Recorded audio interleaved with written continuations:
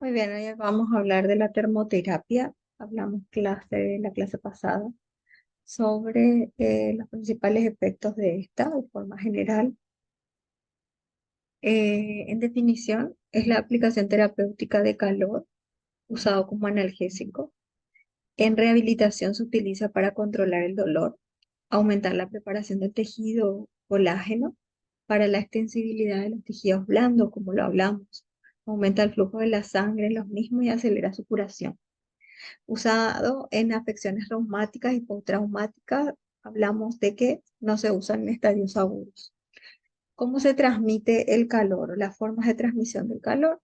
La conducción, que es el resultado del intercambio de energía por colisión directa entre las moléculas de dos materiales a diferentes temperaturas.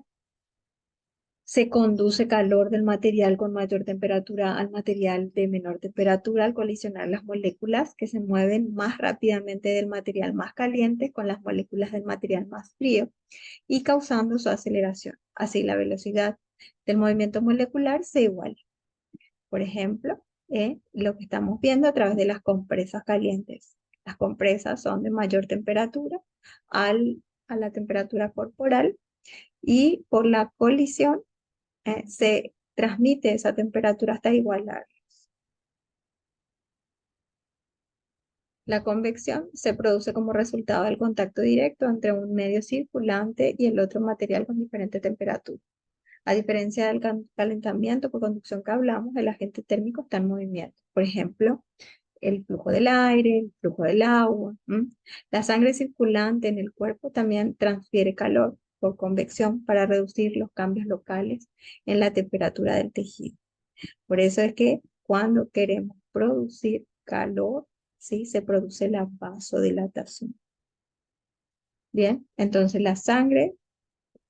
eh, la sangre con un aumento de su flujo o velocidad, es igual al aumento del calibre de los vasos, de la vasodilatación con un aumento de la temperatura local, volviendo a niveles normales. La conversión, en el ejemplo de la imagen está la aplicación de ultrasonido, que ya lo hemos hablado, implica la conversión de una forma de energía no térmica, como es la energía mecánica o la energía eléctrica o la energía química, en calor. El ejemplo que tenemos acá es el ultrasonido, que causa vibración entre moléculas en el tejido generado, así fricción entre las moléculas causando un aumento de temperatura.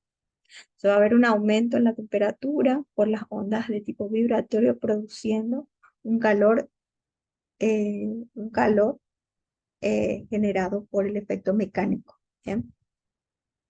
La radiación implica la transferencia directa de energía de un material con una temperatura más elevada a otra con una temperatura inferior sin necesidad de contacto.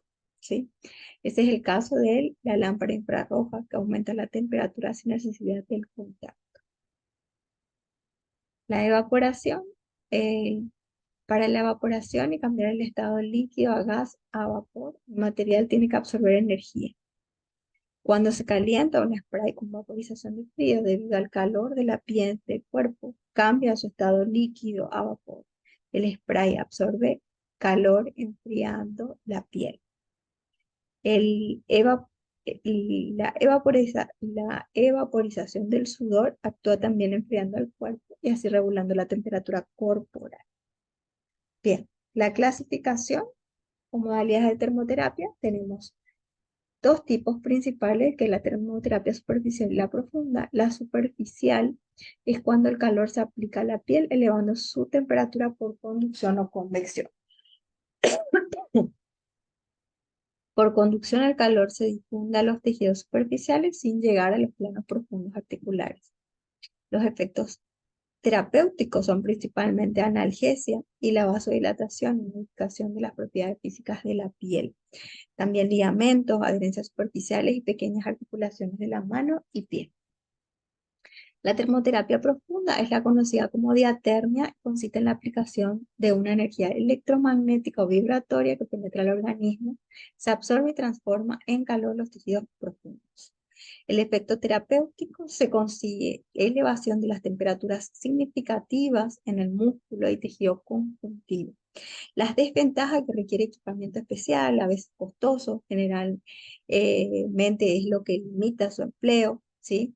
Eh, los ejemplos que tenemos son el onda corta, actualmente la tecarterapia, el ultrasonido. Bien, los efectos terapéuticos de la termoterapia, tenemos efectos hemodinámicos, que lo hablamos también la vez pasada. El calor causa vasodilatación y por tanto un aumento del flujo de sangre. Eso es lo principal. Cuando se aplica calor a una zona del cuerpo, se produce dilatación en la zona del cuerpo y en menor grado en zonas distantes del punto de calor. Puede causar vasodilatación generalizada y puede mejorar la función endotelial vascular. Bien, entonces, la vasodilatación, eh, existen dos mecanismos independientes, lo que contribuye al flujo de sangre a la piel durante el calentamiento local.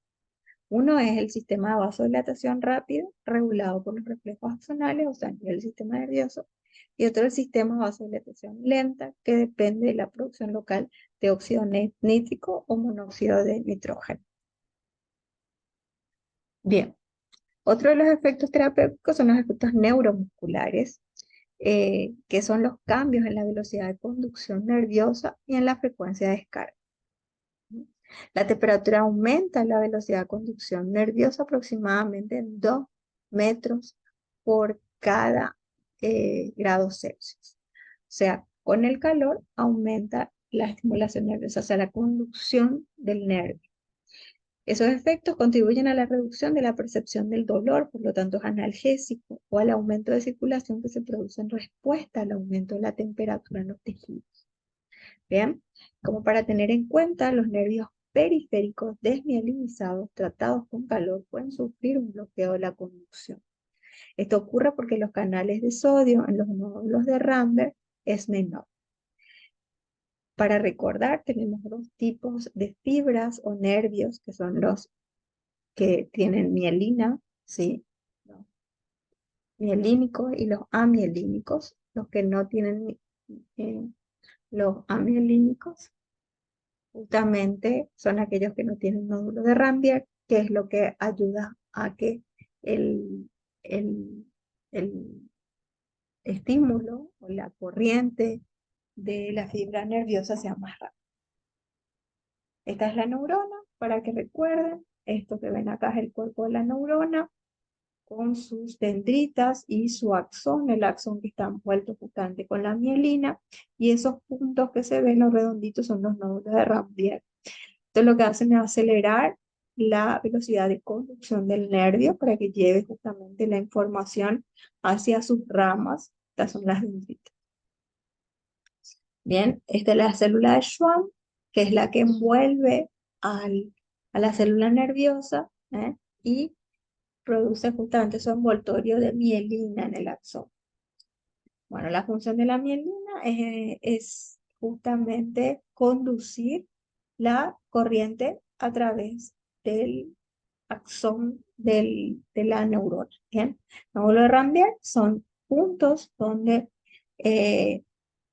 la conducción se hace de forma saltatoria, por lo que aumenta la velocidad de conducción. El aumento del calor en los nódulos de Ramberg cierra los canales de sodio y termina despolarizando al nervio. Bien, otro de los efectos es el efecto metabólico. Hay un aumento de la tasa metabólica. ¿Qué quiere decir esto? Que aumenta la tasa de reacciones químicas endotérmicas, incluyendo la velocidad de las reacciones biológicas enzimáticas. Lo que se ha observado es el aumento de la actividad enzimática en los tejidos a temperaturas entre 39 y 43 grados Celsius, con un aumento en la velocidad de reacción en un 13% por cada grado Celsius y un 100% por cada 10 grados. Cualquier aumento de la actividad enzimática causará un aumento de la velocidad de las reacciones bioquímicas celulares, lo que produce un aumento en el consumo de oxígeno y la aceleración de la curación en los procesos de reparación tisular. Bueno, para entender cómo apunte, el calor, así como cura, también destruye. Em,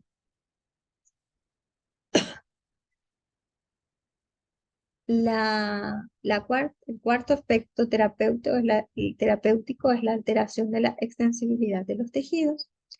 Cuando hay lo que hace es aumentar la extensibilidad del colágeno principalmente, cuando se calientan los tejidos blandos antes de estirarlos, mantiene un mayor aumento de su longitud después de que se haya aplicado la fuerza de estiramiento. Se requiere menos fuerza para conseguir el aumento de longitud y el riesgo de lesiones menor.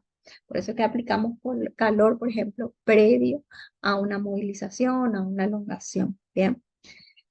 Y esto se da a consecuencia de, o sea, a causa de la deformación plástica, que es cuando el tejido aumenta su longitud y mantiene la mayor parte del aumento después del enfriamiento, solo con la aplicación de calor, que hay cambios en la fibra de colágeno, y la deformación elástica, en donde el tejido aumenta su longitud mientras se aplica la fuerza, pero pierde la mayor parte del aumento si se retira la fuerza, y eso es lo que sucede cuando no hay calentamiento. Esto sucede aplicando calor entre 40 a 45 grados Celsius durante 5 a 10 minutos.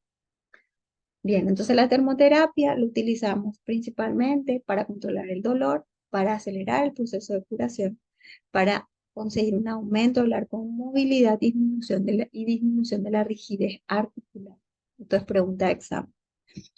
¿Cómo controlamos el dolor? Por el bloqueo de la transmisión, por activación de los termorreceptores cutáneos o resultado indirecto de la curación por isquemia en el tejido o espasmo.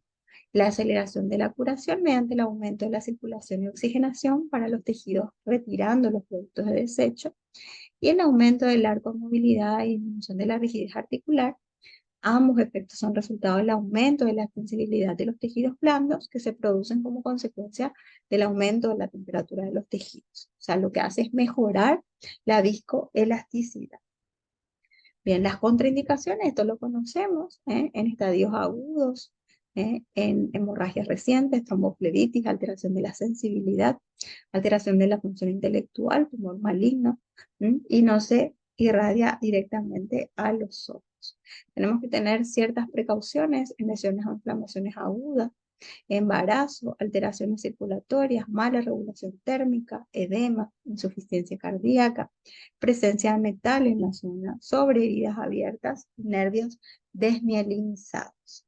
Bien, y aquí tenemos algunos ejemplos: las compresas húmedas calientes, una forma de aplicar termoterapia, el tipo de transmisión es por conducción, la penetración es aproximadamente 1 centímetro de profundidad, y vienen en distintas formas para poder facilitar la aplicación.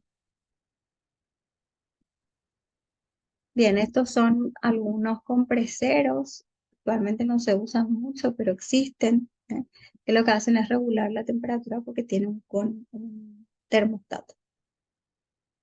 Bien, tipos de compresas calientes, eso ya van a encontrar en variedad, ahora vienen con semillas, con geles. Bien, y la forma de aplicación, bueno, ahí por si es que están interesados en saber cómo funciona el compresor. Bien, y las técnicas de aplicación: una posición cómoda, boca abajo, para que la persona no se acueste sobre la manta o sobre la compresa, porque puede producir quemaduras. Tiene que estar libre de metal en la zona. Eh, si la zona está caliente, no se debe colocar calor. Y explicar al paciente lo que va a sentir y que avise si es que se siente que la temperatura está subiendo demasiado. Los efectos fisiológicos del calor: aumento de la temperatura, luego vasodilatación, van a notar un enrojecimiento, aumento del flujo sanguíneo, aumento de la sudoración, aumento de las sustancias de desecho, mejora la oxigenación celular. Las variantes: bien, en piel blanca es más sensible, el calor produce eritema. Van a ver que se pone colorado más rápido. Edad: cuidado con los ancianos, con los trastornos de sensibilidad. También en el sexo, la mujer es más sensible en la piel por los cambios hormonales, la masa corporal, ver los tejidos óseos con respecto al tejido celular subcutáneo y el grado de sensibilidad de acuerdo al paciente. Bien, los efectos terapéuticos del calor son relajante, antiinflamatorio, analgésico del sistema nervioso periférico, descontracturante. Las recomendaciones: no usar las compresas más de un año, ¿sí? En el caso que tengan este tipo de compresas, ¿eh? Igual recomendación para las bolsas de goma. Las indicaciones: contracturas musculares, tendinitis en fases inflamatorias, procesos reumáticos, cervicobraquialgia, dorsalgia, lumbalgias, osteoartrosis, coxartrosis, gonartrosis, que es dolor de rodilla, y las contraindicaciones que conocemos: fiebre, inflamaciones agudas, infecciones, heridas largas, varices, tromboflebitis en gestantes, cuidado, ¿sí? Y tumores. Bien, entonces nos vemos la próxima clase, que va a ser presencial. Probablemente en la semana le estaré subiendo una tarea, les estaré avisando en el grupo. Que tengan buen fin de semana.